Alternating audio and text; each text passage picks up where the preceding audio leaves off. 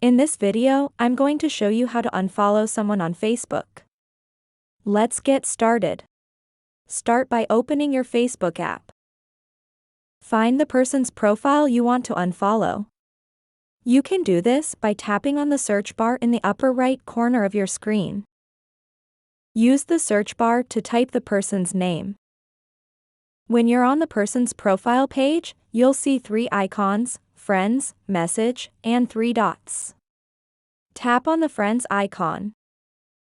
Tapping Friends gives you options: unfollow, take a break, edit friend list, favorites, and unfriend. To unfollow this person, simply choose Unfollow option. Please note that unfollowing means you'll still be friends, but you won't see their posts in your feed. And there you have it. If you have found this video helpful, simply leave a like below or subscribe because it helps me reach more people. See you soon.